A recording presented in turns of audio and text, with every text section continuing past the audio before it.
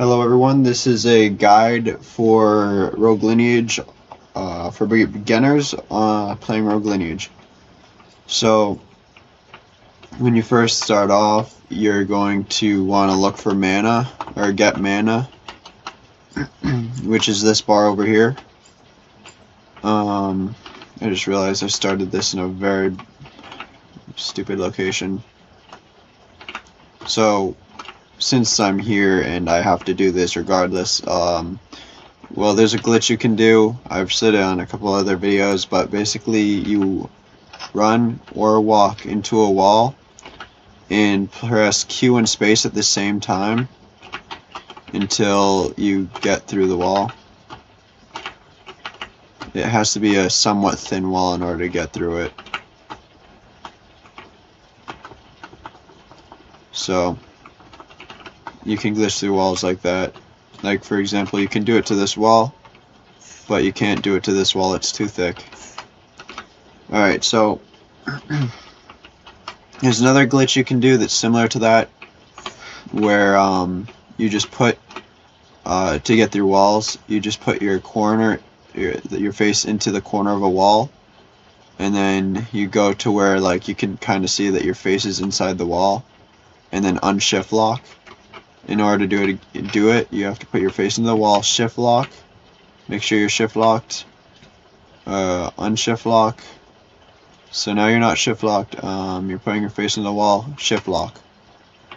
And keep doing that until you get in like that. And you basically, it didn't really work, but basically you go from here to the other side of the wall. It works in some areas to help you get through doors or whatever. Well, that's a scroom, and I feel bad for him. Alright, so you're gonna want to learn how to get mana, which is really simple to get, and it's really necessary to get in the beginning of the game because it helps you run away from people, it helps you survive, helps you get places quicker, helps you just helps you a lot. It just helps you a lot. And so in order to get this, the best way to get it is to purchase a dagger, a bronze dagger, because it does the least amount of damage, and either hit someone like a friend or like a Gaian in the face, because daggers do less damage to someone's face. And if you hit someone in the back, they take more damage. So if you hit them here with a dagger, you'll be doing double damage. If you hit them here, you'll be doing really weak damage. You'll barely be hurting them. So you're going to get more hits in. The more hits in you get, the more XP you get, and the quicker you get to get the mana. And you don't have to punch. You can punch, you can use anything, but the quickest way to get mana is by daggering someone in the face or daggering zombie scrooms, which are in the sunken forest area. Sunken forest, or I don't know what it's called, but it's near Alana, near the sigil tree. Haven't been there in a while, I forgot what it's called, but you can do that. You can fight Shriekers. I don't recommend Shriekers because they deal so much damage and the likelihood of you dying there is really high. So, but the bad thing about zombie scrums is you can't get out unless you have 1 day and mana climb. So what you want to do is after you get mana, you hit reset to get out of there, and then you'll reset back to wherever you spawned in. So that's the easiest way to get away from the zombie scrums. After you have mana, you're gonna wanna come here. You're gonna wanna charge it up to the top, and how you charge it to train your mana specifically, to make it charge faster over time. As you can see, I'll give it 1 second. I have 3,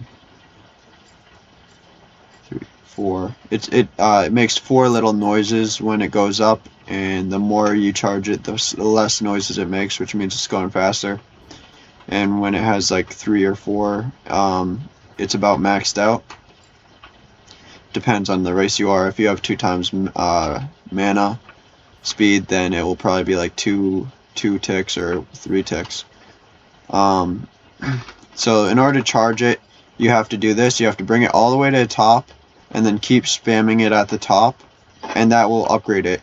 Eventually, the first thing you'll get, if you're day 1, you have to be day 1 in order to get these abilities, but you can charge it before day 1 to get the XP required. So the first ability you get is Mana Run. Mana Run helps you run fast, get away from people. It's really useful for getting around and searching the area. The second ability you get from doing Mana Climb is, charging your mana to the top and charging your mana in general, is Mana Climb. And in order to make this stronger, it's a different XP bar. Instead of doing this, which charges your mana, you won't be charging your mana anymore to charge your climb. You do get 1 tick every time you do a full set of wall climb, so it is charging slowly, but this is how you wall climb. You charge it all the way to the top, and once you get to top, start spamming space. And the most you can get out of that is like 4 jumps. So all the way to the top, spam space, and try to get 4 jumps every time to get the most out of it. And also make sure it hits the top so you get some mana XP as well. The next thing you get for mana is at day 2. And if you have max mana, after you max your climb, first I'll explain this. In order to max climb, you keep doing this. What this does is it makes it so you can hold on to the wall longer. See how slow this goes? If I wasn't trained it at all, it would be going down this fast or something like that. You'd barely have any time. The max amount of time is 17 seconds of wall climb. So what you're gonna want to do is you're gonna have a timer. Go all the way up to the top, do this, and time it at the same time. If it hits 17 seconds on the timer, you have max climb. Now the next thing you're gonna do is you're gonna have 2 days. Which is 2 hours. This is over here. These right here, all 3 of these numbers are the amount of days that you're in the game. They're called days in game, but in real life they're actually 1 hour. So I've played this on this character for 2 hours. Right here, this is lives. So I have 4 lives. If I die 4 times, I lose all my progress, all of it. Right here, this is a heat meter and a cool meter. If it goes all the way to the top, that means I'm gonna burn to death. If it goes way too low, you'll freeze to death. So you don't want to get it to go too high or too low. That only happens if you're like in a fire pit or in the tundra, which is a really cold area. Over here, this is your hunger bar, and if that the more that only goes down if you lose HP. So try not to lose too much HP. Like if you fall, you can take fall damage from a high height, and if you lose HP, you'll start losing hunger but gaining HP pretty quickly. If you run out of hunger bar, your HP will start going up really slowly. So you're gonna want to have hunger so that your health goes up fast. And then right below the hunger is toxicity bar. The more potions you drink, the more toxicity it gets, the more green it gets. And if you go all the way to the top with toxicity, you'll die. So you never want to go too high. You'll only want to go to like this far on toxicity bar so that you stay safe. The next thing you want to know is, like I was saying earlier, the day 2. The last thing that you want to train your mana for, which is by doing this, is that mana dash right there. Without that, without being trained at day 2 with max mana, you'd only be doing this. You wouldn't have the extra oomph to your dashes. So that's the last thing you get from mana. Other than that, it's just basically training mana to make it go up really fast. And I believe that having that dash means that you have max mana, but don't quote me on that one. But you should be good by the time you have a dash. Anyways, you got the mana, you got the dagger. Now, there's a couple more tricks that you can learn from that I have up my sleeve at the moment.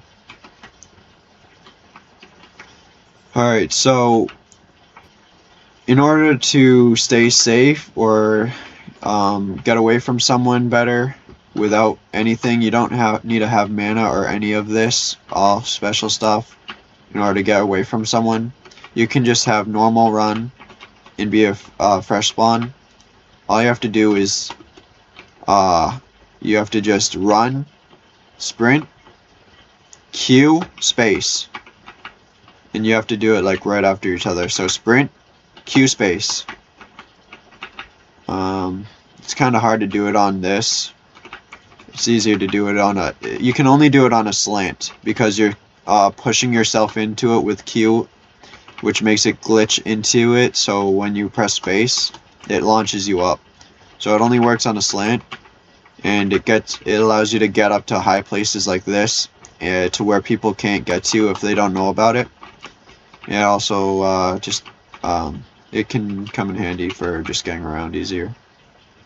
But Q space, and it lets you go up high. Obviously, if you fail, you take damage from fall height.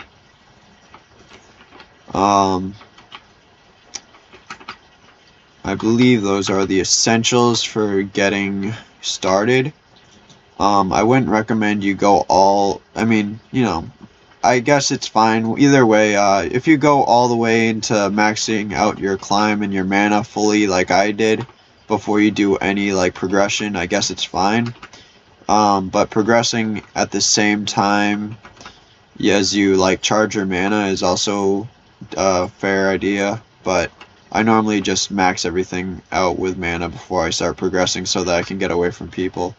Another really good tip is that this armor is Assassin's Armor. It's really expensive if you're at Orsfall, which is in that direction.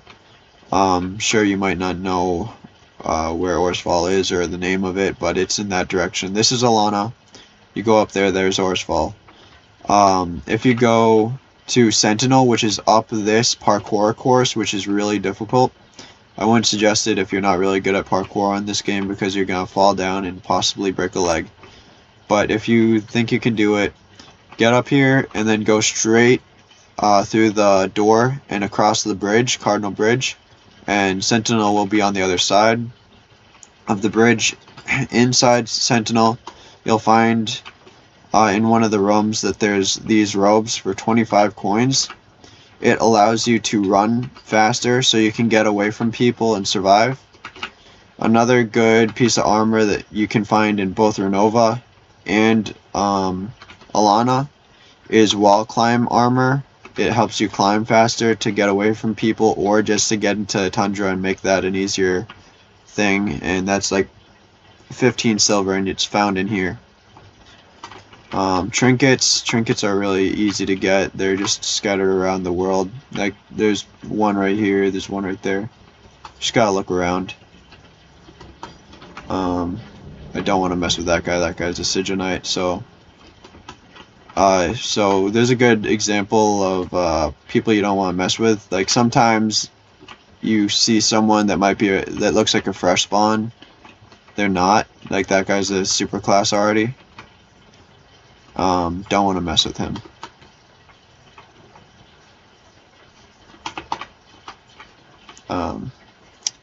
Anyways, that's the end of my guide.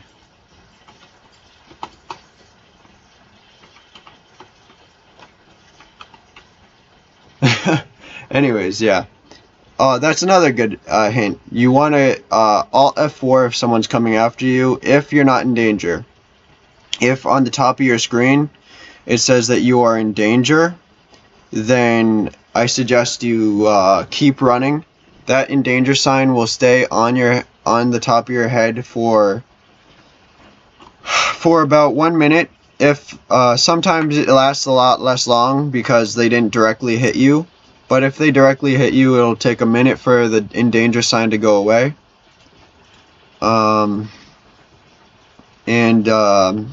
Once the in danger sign goes away, you're going to want to Alt F4 immediately, which is on the bottom of your keyboard, bottom left side, there's Alt button, and then on the top left side, there's F4. Just Alt F4 out of it immediately, and you can possibly live, unless you have like slow connection or something like that.